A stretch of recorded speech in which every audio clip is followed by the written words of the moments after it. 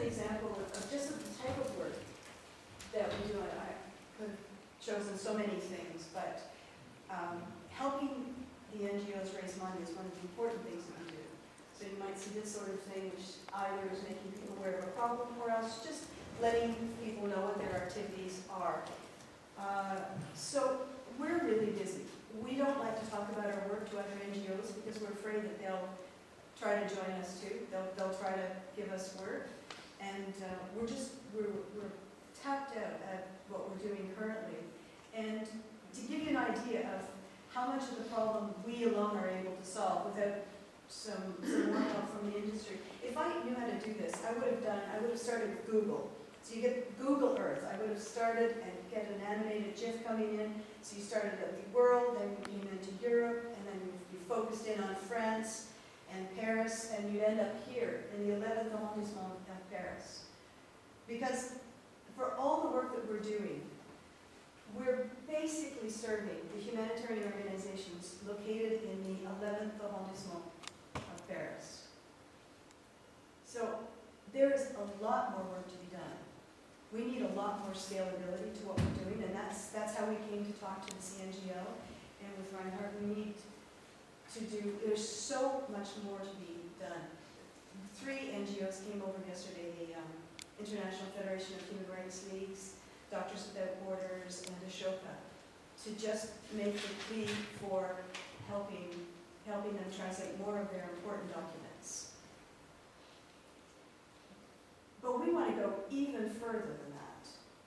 And for this, we need the technologies to do that. We want to start bringing translations not only in the main languages, which is essentially what we're doing now. We're working for Western NGOs, translating their documents into Western languages. But what about all of that knowledge that people need in other languages that we as an industry could help by helping to build a language industry in countries that don't have it, the poorer countries? We could help by bringing the technologies together and finding ways for them to interlace with our linguistic skills and linguistic knowledge to create a real industry. Now, I think that 3 things need to happen. We need the content, if we want to talk about information poverty and solving it.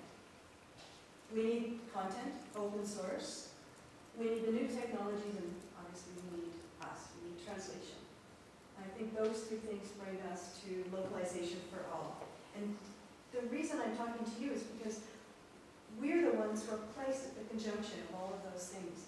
Just when I was writing the speech, Tim Berners-Lee, the founder of the internet, who's not, as my son thought, rich, but he's, just a few weeks ago, he's created a foundation to bring the internet, to bring knowledge to people in the developing countries, the poor countries. And his first iteration of that, he talked about translation. He had 3 plans, and it was technology and infrastructure and translation. A week later, he'd taken translation off his website because I think that, and this is just conjecture, I think that he realized that that's not his place. This is our place, this translation, and it seemed perhaps too large of a task for him to tackle. So off it went. So access to knowledge. Why is information poverty a problem? Because access to knowledge is one of the most important things. I don't know the word for that. So, access to knowledge saves lives, and I hope I can show that to you. It fights poverty, protects the environment, promotes democracy, empowers people, and reduces the gap between the rich and the poor countries. How does information save lives? Actually, you probably all know the answer to that, but I'm just going to give you one very quick example. The former director of UNICEF said that 80% of the children who died during his tenure, 80%, shouldn't have died. They only died because the knowledge that was needed to save them wasn't where and when it was needed. We could, in this world, we could give you 100 examples of that, but I think you all know that knowledge is what we need to save lives.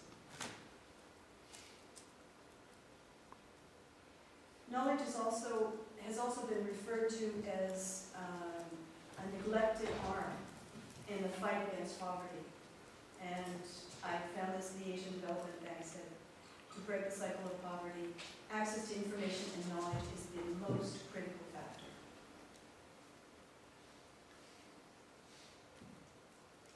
This, I actually should have said the ex-finance minister, because shortly after I started preparing this speech, a very well-respected South African finance minister resigned. But he's talking here about two really important things. He says the information gap is very real, and clearly whatever we can do to close it must be encouraged. Any initiative that can leapfrog over traditional means of getting information to people must be encouraged. Information is power, and it supports democracy, and it supports decision-making. There's a couple really, for me, important things in that speech, is that information is power. It empowers people, it supports democracy, and also we need to be looking at leapfrogging technologies. And we're going to talk about that a bit later, but I think that's what we're all here today. I think it was Andrew said something about the state of the art isn't here, what we're doing today, it's already there. And I think that we need to move in that way. And another way of looking at how information is power, if you look at what's happening on the web, and I think that's an excellent, excellent reflection of what knowledge is available. Well, I've seen estimates that 60 to 80% of the websites are in English. So it's clear to me that knowledge is power. Now, this quote was in support of a project that Google and the HSBC have announced to wire Africa. I don't know if you've heard of it. It's called the Other 3 Billion, O3B Consortium. And they're bringing together a project, we can also mention later, about bringing the infrastructure, bringing cheap Wi-Fi access to Africa. Most important knowledge today is locked in what Don De Palma calls linguistic silos. Most important knowledge is locked in English, and there's an African writing an article that was, the title was Africa, Lost Without Translation. And I love his quote, most quantifiable, usable knowledge today is domiciled in the English language. The capability of Africans to access usable knowledge worldwide is terribly curtailed. Virtual information locations make access even more impossible, since few African languages are being made computer accessible. I mean, I think we're all pretty clear that that's a problem, but what's the history of this problem? I mean, Africa's always been poor, and it always will be poor, isn't that right? I'm not a history major, and that's what I thought. I really thought, well, you know, that's just the way it is. But it's not the way it is. According to Jeffrey Sachs, who's the director of the Earth Institute, and he's worked with Bono on the Millennium Development Goals. And just as an aside, I don't know if any of you saw the Saturday night skit with Tina Fey playing Sarah Palin. She referred to Bono. She was describing the world leaders she'd met, and then she said, then there's Bono, the King of Ireland. Okay, so, along with Bono, Jeffrey Sachs is very heavily involved in development issues. George Soros is another person. And on the Millennium Development Goals to fight, to have poverty. And what he said is that the Industrial Revolution was the start of that huge gap in our standards of living between us in the rich countries and people in the poor countries of Southeast Asia and Africa. That gap didn't exist. He says, and I quote, until the Industrial Revolution, almost everyone